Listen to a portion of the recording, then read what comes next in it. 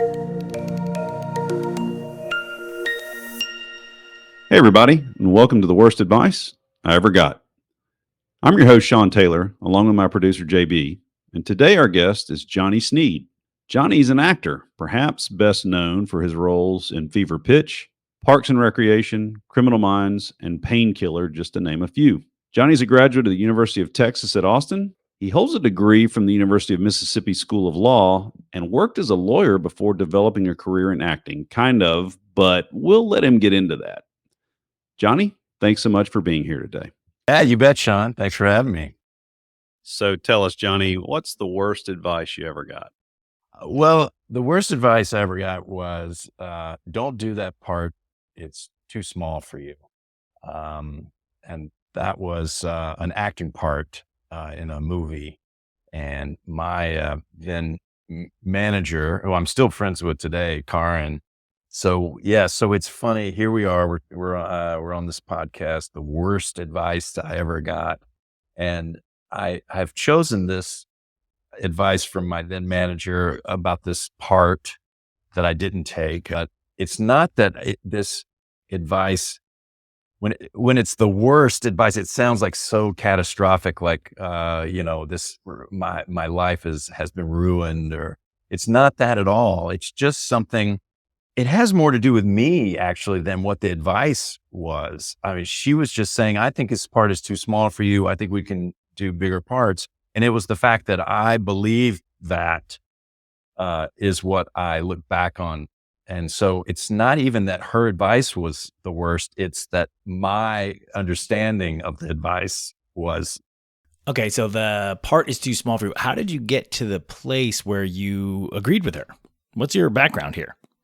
I had, I went to law school, and I grew up in Mississippi, and I went to college in Austin at UT in Texas, and I went to law school, Ole Miss, and then I passed the bar and practiced law for about a year, but it just was not for me.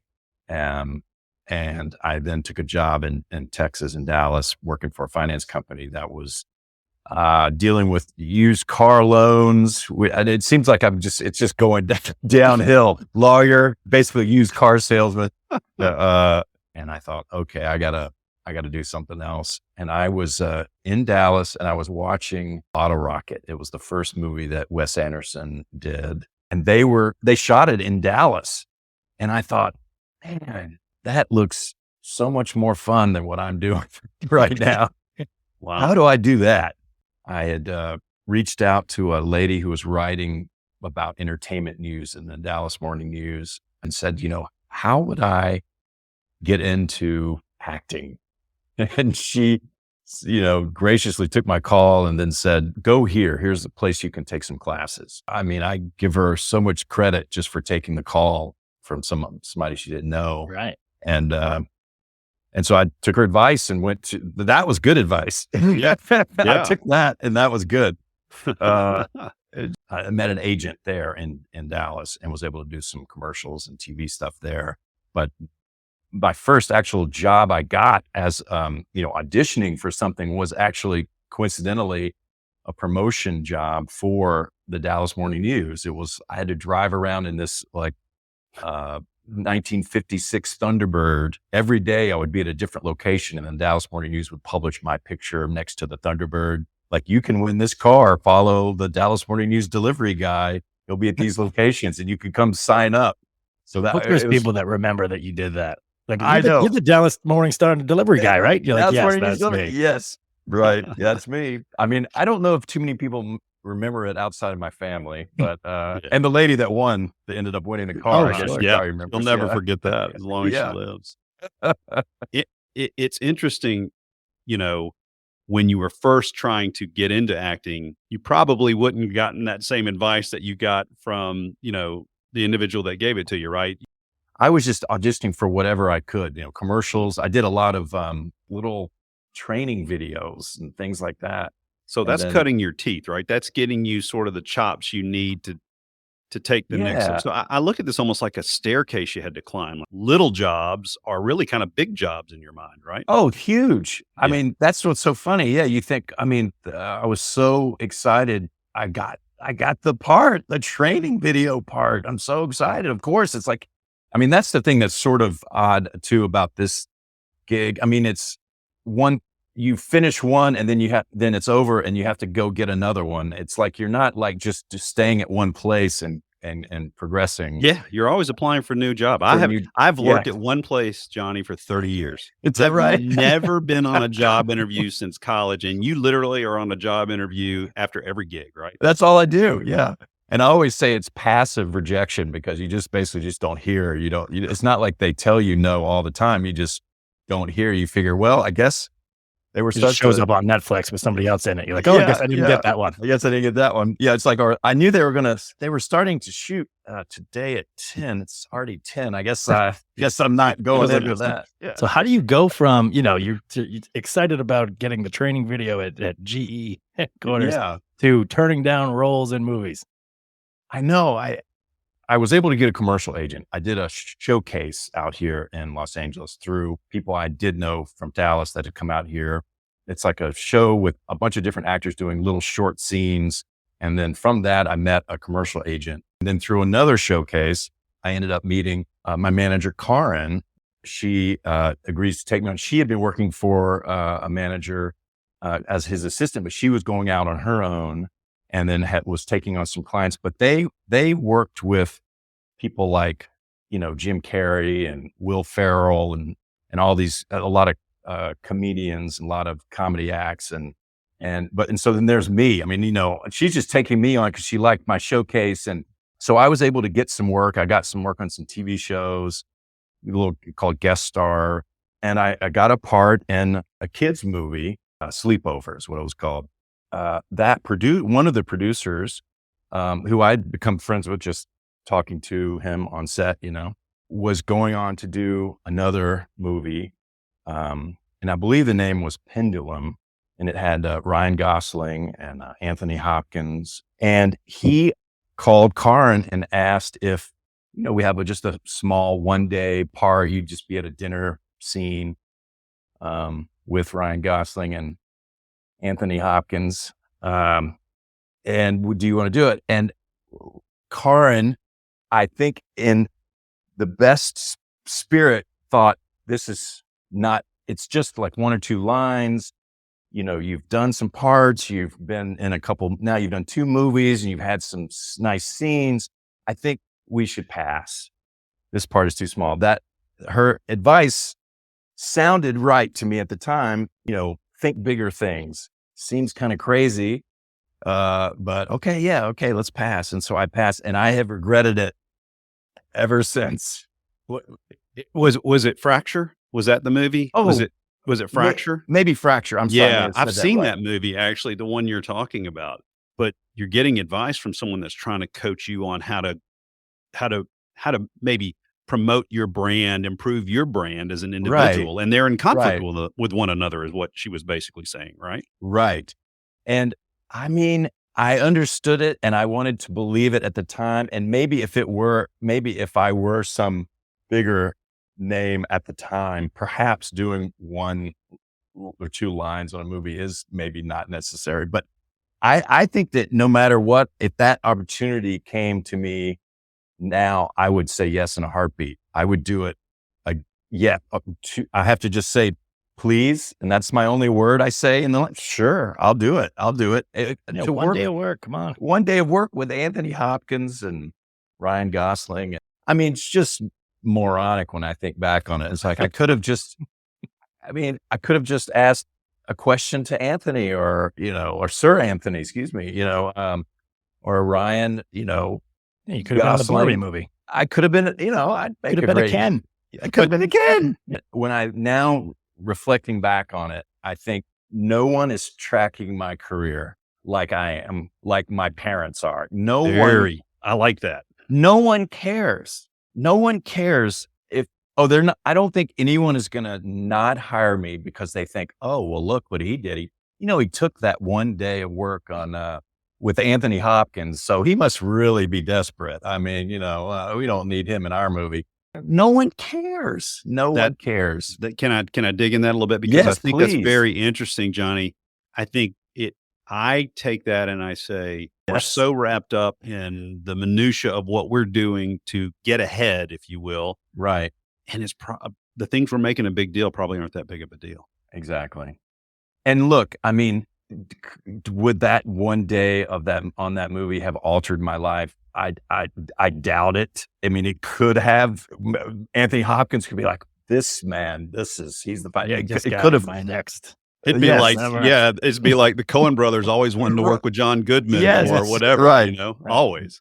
But realistically, probably would not have changed anything. It's just that it would have been a nice experience, you know, and that's it. And that's what I regret, is just missing the day, missing the camaraderie and the experience and what I could have learned and what I could have heard, a story I could have heard or anything like that. That's what I regret, I think. Did you learn from it? Have you done it since? Well, I would say that I have learned from it in that I have a much more easygoing attitude about things. And if it seems like helping a director out or in a commercial or whatever it is, I'm more willing to do things that I just don't think it matters. However, I did take some recent advice from my agents about a part on jury duty. So I would like to say I learned, but I sort of have made that mistake again with jury duty. You've been in well over 100 different TV shows, movies, right? I mean, Commercials and so it's interesting that you picked the worst advice you ever got as this one instance, right? Because I mean, you've been on things like Parks and Rec, Friends, you know, Painkillers, the recent miniseries that I think Peter Berg he directed. Yeah, you played a very important part in that. And so you've met some really influential leaders in both acting and production and directing, but this one sticks out in your mind. I'm curious.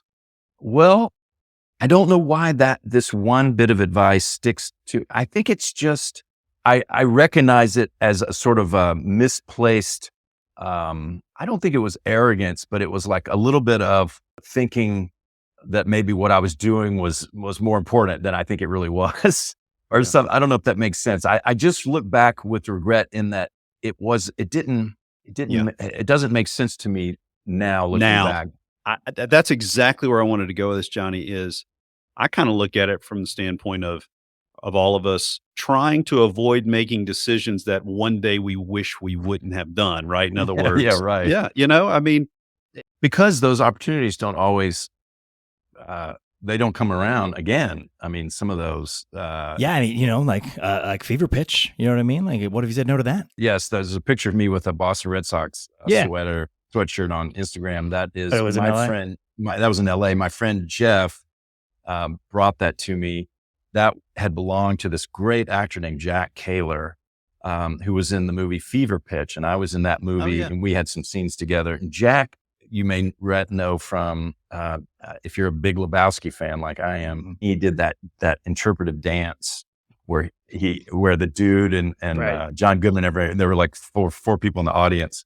And Jack Kaler was a wonderful actor. He and I talked, and he told me I just took part because I wanted to work with Dennis Hopper or whoever it was. You know, I just wanted to spend a day with that. You know, and that sort of solidified I'm like, yes, see, that's the way to do it. Jack's the way to do it. You know. Well, do you think that? Maybe you should have listened to Jack. But do you think that Karen would be surprised that we're here talking about her giving you the worst advice you ever got on the podcast? She might be, yes. And no, Karen is she's still a great friend of mine. And it wasn't like that I'm angry about it or that I think it ruined something or not that at all. I just think back, I'm like, I should have just done that. That was just silly of me not to do that. Well, it's funny. The worst advice that you're referencing that you ever got didn't necessarily derail your career. It's really just you look back with some regret on life experiences that you missed out on because you said no to something. I think that was the mistake the lens was all about, am I too big for this? And the answer now I'll tell you is I was not, and I still am not too big for that. But at the time I thought, yes, maybe this is too small. I'm moving forward and I need to only do things that are bigger than what I just did. And that's just that's my fault. I think you're the first person to really take full responsibility. Like he really, like, she won't be mad when she hears the podcast now. She'll be like, oh yeah, he said, what's my, she's like, look, it wasn't my fault. You're like, no, I told him it wasn't my fault. No, I mean, that's the thing is, I didn't need to listen. I didn't have to listen. It wasn't like it was a mutual decision. I mean, she just was offering her advice since, I could have said yes. I mean, she's my manager. She works for me, That's a good point. So yeah, it's all on me. It's my fault. This has to be common in your profession, though, and people say no to things based upon the concept of what works for them and their brand and what they're trying to build versus the experience. So you're not alone in this, are you? I'm sure. I know, and I think I've seen some other actors say, "Oh, I wish I," same thing. Like I said no to The Godfather or whatever. It's like whatever it was. Yeah, I'm sure I'm not alone in that respect. Yeah. When opportunity comes, how do you, Johnny, look at it and say, this is the right decision to make? Boy, isn't that the crux of it right there? I mean, I think it's your instinct and your gut and your heart. And, obviously you're on Parks and Rec, and it's like when Aziz Ansari and John Ralphio were just like, oh, we said no to everybody right away to seem really important. Right. And busy. Right. And so then it's like, oh no. And now nobody's calling us. Yeah, exactly. Go the other way with it. Yeah. I think there's no one perfect answer is the point, right? And we're going to use our experience, our value system, our isms, whatever our isms are, to make a decision on whether to take that job or to volunteer at that place or to invest in our time. And sometimes it'll be quote unquote good, and sometimes it'll be bad. And then you realize that, I mean, you can take advice, it's still your decision. I mean, you'll get a lot of advice from different people throughout your life. People are always saying, well, you ought to do this and that, but you still have to listen to your instincts, what you feel is right. And one thing we think about a lot after doing, a handful of episodes of this is all advice bad? Like I should give him to you. Yes, it's right. Like, is there any good advice? Because most of it is like inherently bad. I don't know, maybe. Right. And here we are trying to give advice to listeners. About advice. We always do. I'm just trying to tell them, look, everybody's gotten bad advice, and how it affects you is something. You learned a ton from this, right? Yeah. Definitely. And probably, I'm sure young actors and actresses have sought your advice on, well, how did you do this? Or what do you think about that? This impacted it, right? Oh, for sure. Yeah. Yeah. If we can get their names, we could see if maybe they want to come on the podcast, talk about you. Yeah, right. A little bit. Johnny actually told me he gave some terrible advice. Terrible. Yeah. Oh, man. Johnny, when you look ahead to your family and advising, I know you have a son, right? Yep. And a 6-year-old. How does this experience or other experiences, mold the way that you try to advise him as he grows up? I want to try to listen.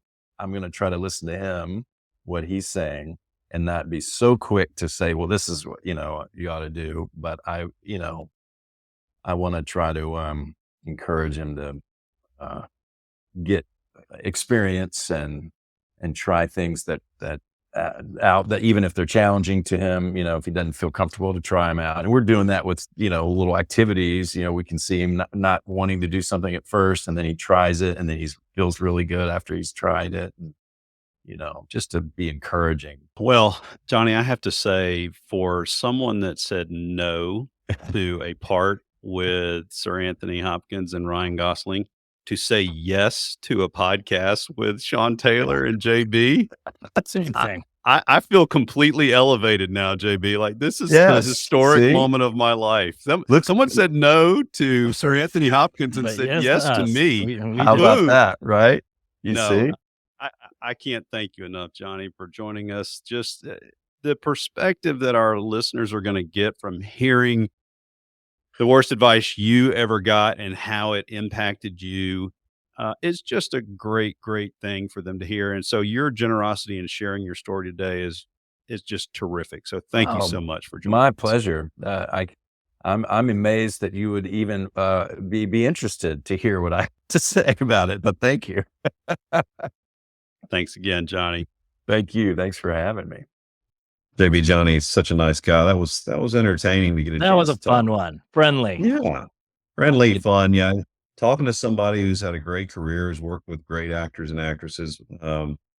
Just it really wasn't anything more than just regret for a missed opportunity, which I found sure. interesting.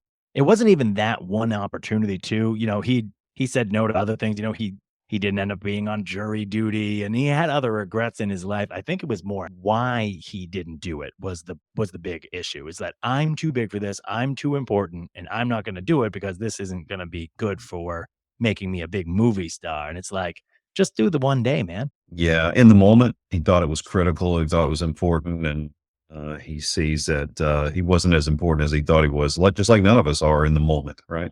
Sure. And they, to his credit too, he's one of the first people that really took full responsibility for this advice. He was like, listen, this is my employee. Didn't need to listen to her. I just did.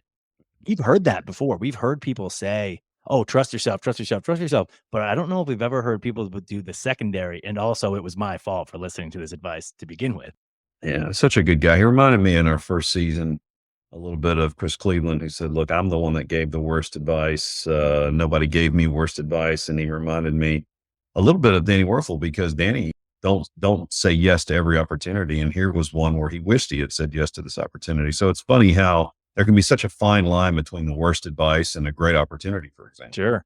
And it doesn't have to be the worst thing. That's one thing we say to our guests, you know, when we're talking to them about being a potential guest on the show. Oh, I don't have anything that like ruined my life, or it doesn't need to be. It can just be a kind of an interesting story or something that really stands out in your mind. You know, he went back and forth on this. He's like, I don't know why. Just when you guys asked to put me on this podcast, the worst advice I ever got, this just really stuck out. And the person he got this advice from remains a great friend today. So the worst advice doesn't have to come from someone who becomes your mortal enemy. It can literally be your spouse or your good friends. Absolutely.